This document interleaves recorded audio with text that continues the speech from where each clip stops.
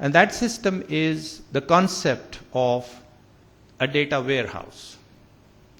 It's part of an integrated tax management system, as a matter of fact, where you are electronically, as a whole chain trying to deal with the whole processes.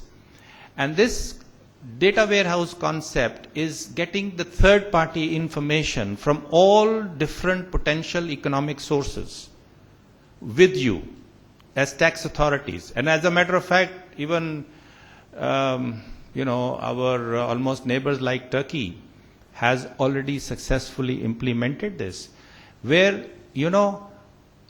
all the bank accounts, all the transactions in the bank accounts are electronically online available to the tax authorities.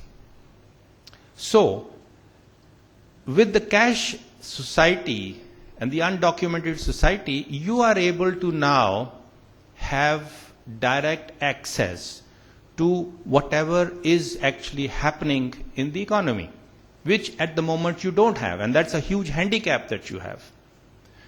So, in this manner, with all those potential economic sources and all the information flowing to you, whether it is the purchase of property or the purchase of car or the traveling abroad or the expenditures you pay through various means, and including this bank account, there you are now having this huge information base, which is then being compared to whatever you get as a return, as reported by the taxpayers or not reported at all in some cases or in many cases. So with this kind of a support of information, you are then able to go back to those people and confront them with the actual authentic data and thereby get them on board or reduce the gap that you actually have today.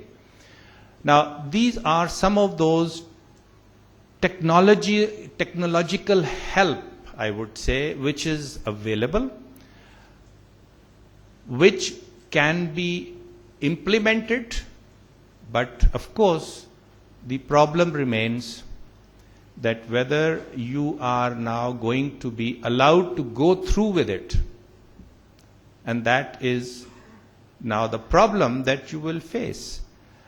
So that's why I mentioned the first problem of corruption and our ill intentions. The second part, so in this manner, what you're doing actually is that you are trying to, with the help of this technology and the systematization effort, you are trying to equip your tax machinery to be able to plug those loopholes which exist all over in the system and thereby reduce your tax gap.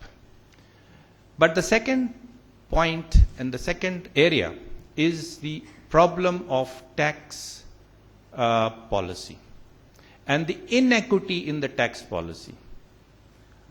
And that, as we all know, and that also is a problem in a number of the developing countries, that you will decide that you will tax Mr. X but not Mr. Y. This is something which will not again be sustainable. It will have to change. The equity demands that irrespective the source of income, provided it is beyond a certain minimum threshold, whatever you've decided to have, all the sources of incomes will have to have the same rate of taxation. So this is again, in our case, for instance, we have left agriculture out of the regime almost altogether, and we have services has been mentioned, and services again certainly has a huge gap. Whereas we have a contribution of about 54% to the economy from service sector, and we have less than 30% contribution to the taxes from this sector. And similarly in the case of agriculture, where we have 22% coming to the economy as contribution, but less than 1% to the taxes. So What I would actually say is that all these areas, all these countries that we all almost belong to, we have this huge challenge that we have to understand that for the welfare, benefit, and growth of these economies, you will have to come out of this mode that you are not thinking straight, you are not doing justice to your countries and to your economies, and you are more concerned about yourselves, individuals, as opposed to the whole country. So, what perhaps could be happening, and some of the countries maybe have already started seeing that, is that these type of revolutionary uprisings starting to dislodge some of those rulers who have not perhaps seen the benefit of the people and have really stuck to their own personal type of benefits and priorities. So the future, in my judgment, actually lies to this part of the world now, but we have to come up and come out of this mold, I would say, or this mindset that we have had all these years, and try and now take charge, become responsible, and make sure that you are able to stand on your own 2 feet. You cannot survive on the basis of this type of help from outside, that you are going to keep on getting the crutches or using the crutches. It will not be possible. And with our populations, they are young, they are upcoming, they have all the energy and they have all the intellect. And they are the ones who are now going to actually drive our futures. And we have to try and give them that environment, basically.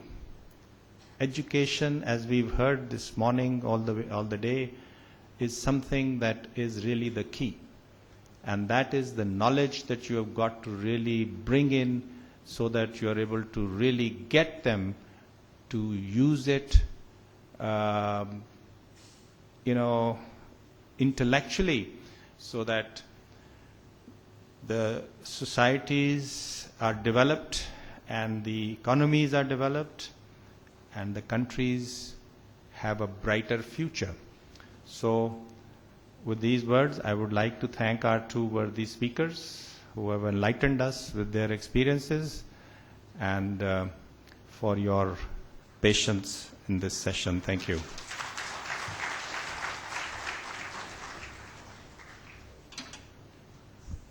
Thank you very much. A true theme has been to empower the youth, and up and coming, we're still waiting for the youth to be in a position so that they can come. Thank you very much for your inspiring words. May I please request Mr. Hafiz Muhammad Yusuf, who's the Vice President North and Chairman of the Golden Jubilee Celebrations Committee. Could you please join me on stage? I need a little bit of assistance in giving away the plaques and mementos for thanks.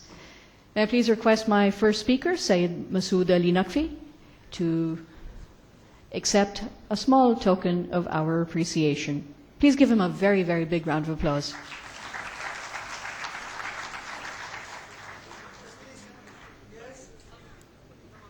And you need to applaud so that they have a reason to smile, because the photographer will keep saying yes.